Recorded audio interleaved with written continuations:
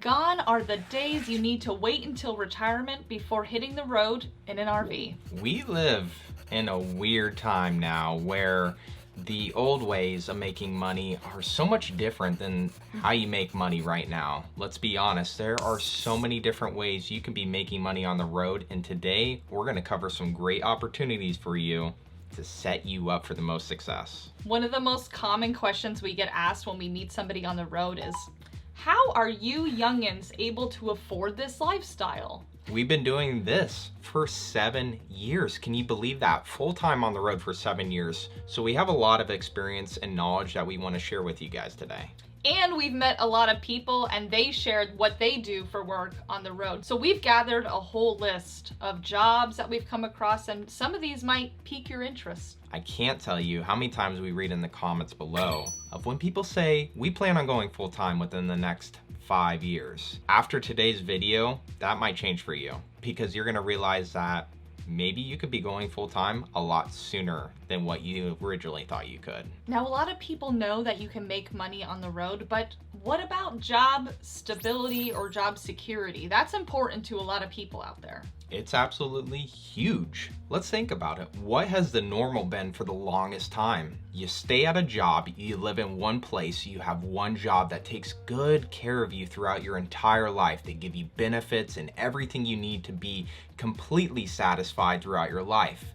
But I think those times are changing, because believe it or not, going forward, more people are trying to get out on the road because they're realizing, hey, I don't need to be stuck in one area. I can travel around and still reap those benefits. The biggest concern with job security and stability is you already have that established where you're living at right now, and it is hard. Change is extremely uncomfortable for us as humans. So it's kind of interesting when you think about getting on the road. You want that peace of mind going forward, knowing that I'm going to be safe and secure and I'm going to have a steady stream of income always coming in.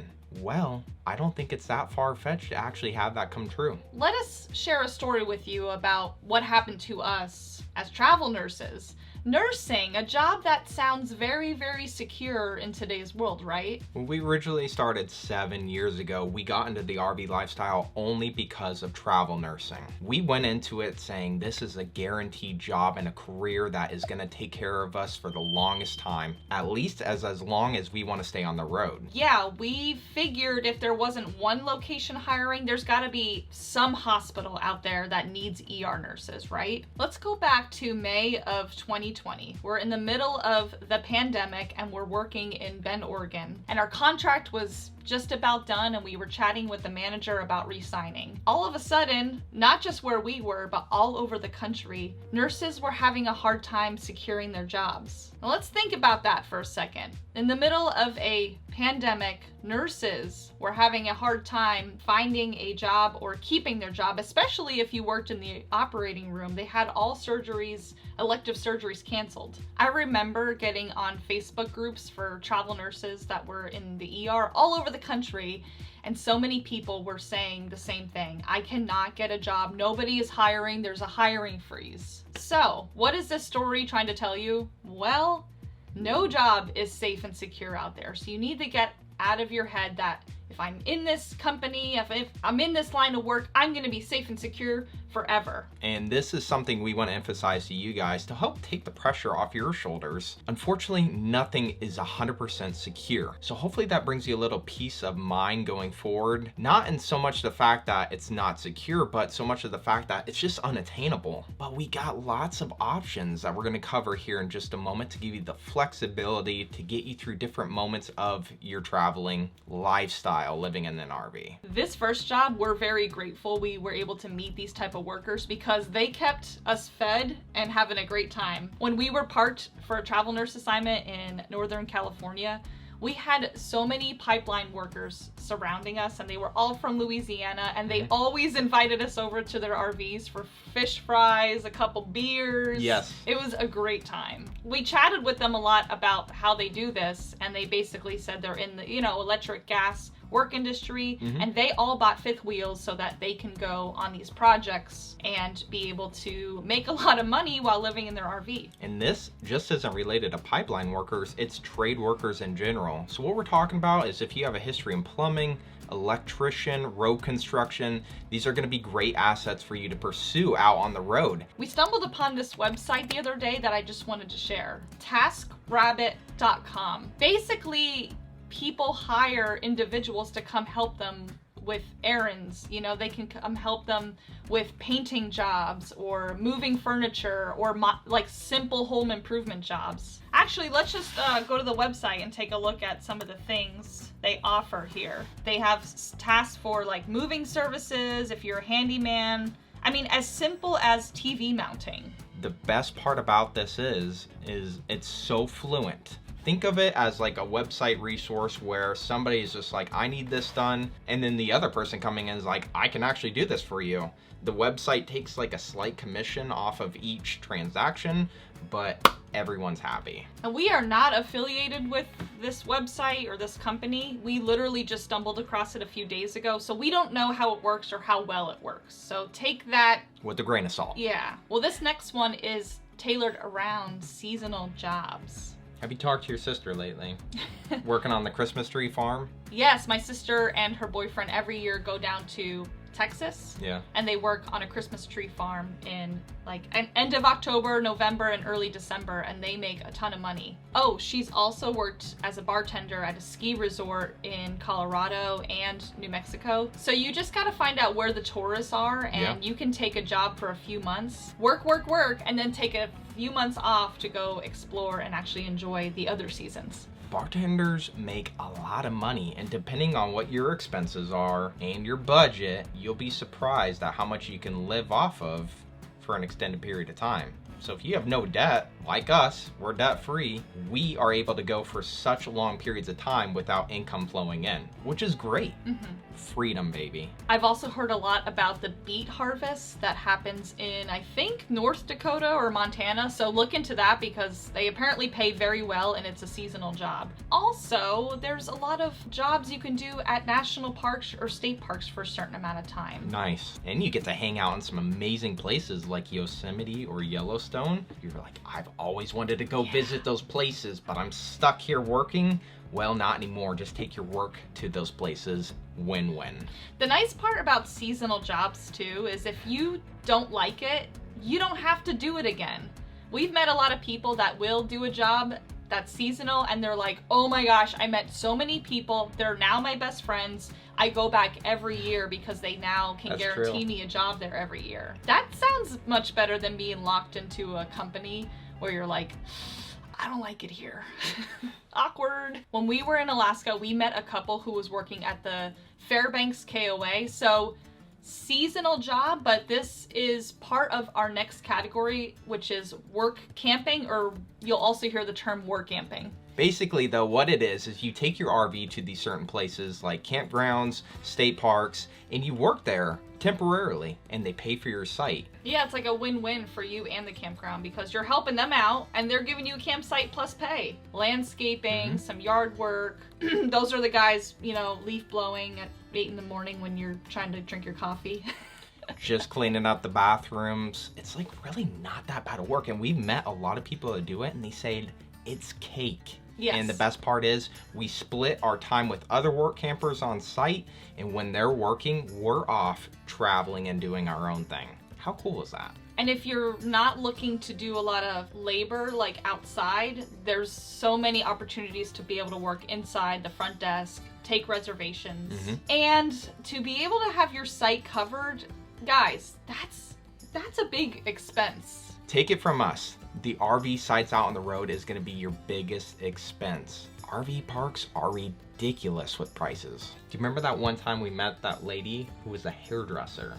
Oh yeah, so there was a resort in Florida where they had a lot of amenities on site, and one of them was a hair salon. So she worked at the resort as a bartender some days and then also as a hairdresser. That is so cool. That is, I think There's just a lot of opportunities out there depending on what your skill set is, and you just have to look into it. I found a few websites you guys can look into if you want to get into work camping. One of them was work@koa.com, specifically for KOA campgrounds. The other one was workampingjobs.com. Also, through Escapees, they have something called the RVer job exchange. Call campgrounds in certain areas where you actually want to go travel to. A lot of the times you can call or email them, and there will be a section on their website that says, want to work for us? Reach out. Traveling medical professionals. Notice we did not say travel nursing. Did you guys know how many positions are out there in the medical field that need to be covered nationwide? We're talking radiology techs, phlebotomists, nurse aides, medical assistants. The list goes on and on. It is insane. Speaking from us and our experience, positions only usually last about 13 weeks at a time. That's why we love travel nursing so much. It's because we can plan our vacations in between contracts, or if we just want to make a ton of money, we could just work. And you're getting tax-free money as well as a travel professional. I mean, it's how we were able to pay off all of our debt. It's just work. They were like, Hanks, would you like overtime? Yes. Yes, please.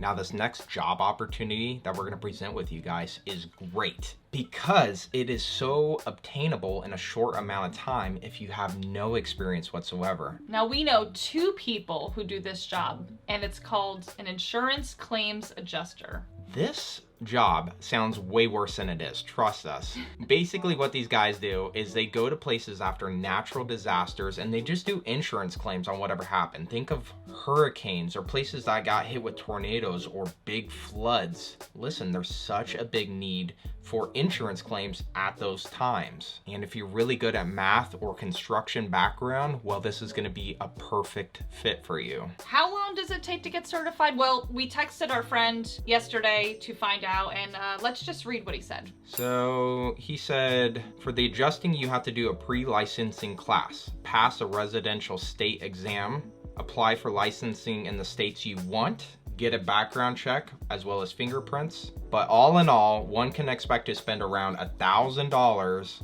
in 3 to 5 months to become a licensed claim adjuster. Then each state you want a license in must apply and pay the application fee, normally around $100 per state, and the license is good for 2 years. It sounds a lot like travel nursing. Yeah, I was gonna say, with travel nursing, you have to have your license ahead of time for what state you want to go to, and every state wants you to pay. And $1,000 may seem like a lot, but according to these guys, you make a lot of bang for your buck if you're working a lot at one time. Wow, it's getting really bright outside. Okay, that's better. Can you see me now? You were starting to be very glowy on that side. Like a ghost. Most office jobs out there have become remote, and everyone is working from their couch in their pajamas, which has led to a lot more people hitting the road in their RV because they are already remote. If you're an accountant, no longer do you have to really go to the office or bookkeeping. Everything is online nowadays. Technology is growing faster than any of us can keep up with, but you might as well ride the wave and make it work for you instead of you working against it. Get out, enjoy life, and travel while being able to take your work with you wherever you go. I was doing a lot of research recently to see what are some remote jobs people do nowadays, and I, no kidding, stumbled upon hundreds. Even if you don't really have a stable, secure job in that right now, maybe you have some expertise in other things, like you can be a good consultation for others out on the road. You have knowledge in a certain industry like, I don't know, event planning or wedding planning. Online transcription, writing, customer service representative. Starting a YouTube channel, this is all something we learned on the go from YouTube itself.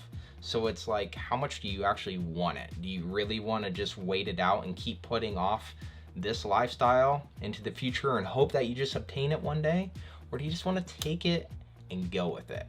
Take a course where you can really get into learning how to be a transcriptionist. Or you can also jump into being a virtual assistant, website design, graphic design, bookkeeping, a lot of the things we just said.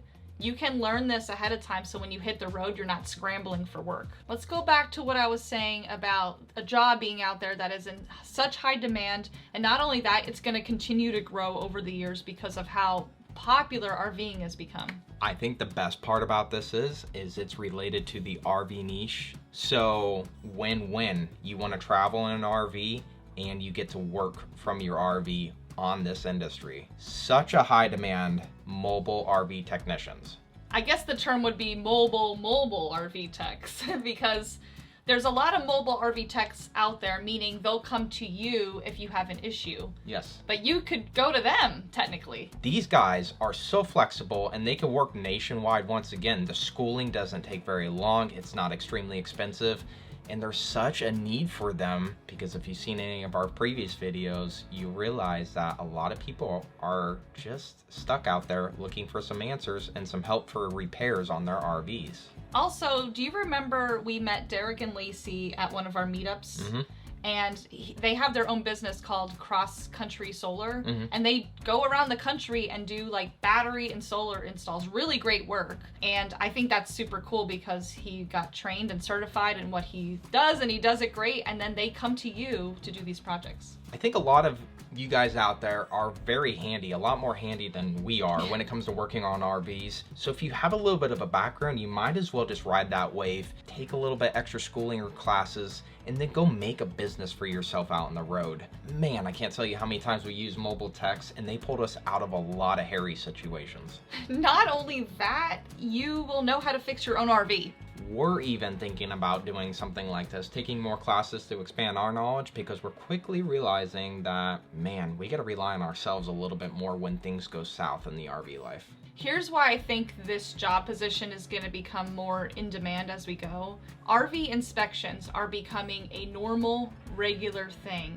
And I can't imagine how chaotic it is for RV inspectors during the months of March or April. Oh my gosh, like right before yeah. the summer. Because a lot of people are swearing by, you get an RV inspection from a certified inspector before you make the purchase. There's a lot of work out there, even if you just want to become a certified RV inspector. Listen, living the RV life affordably is more about playing defense than offense. You want to keep those expenses super low so that you don't have to constantly work in order to enjoy yourself. And we have the video for you to watch next. Click on this right here. It's going to go over 8 ways to save money on the road And keep you on the road. Trust us, you will love this one. See you guys next week. Bye guys.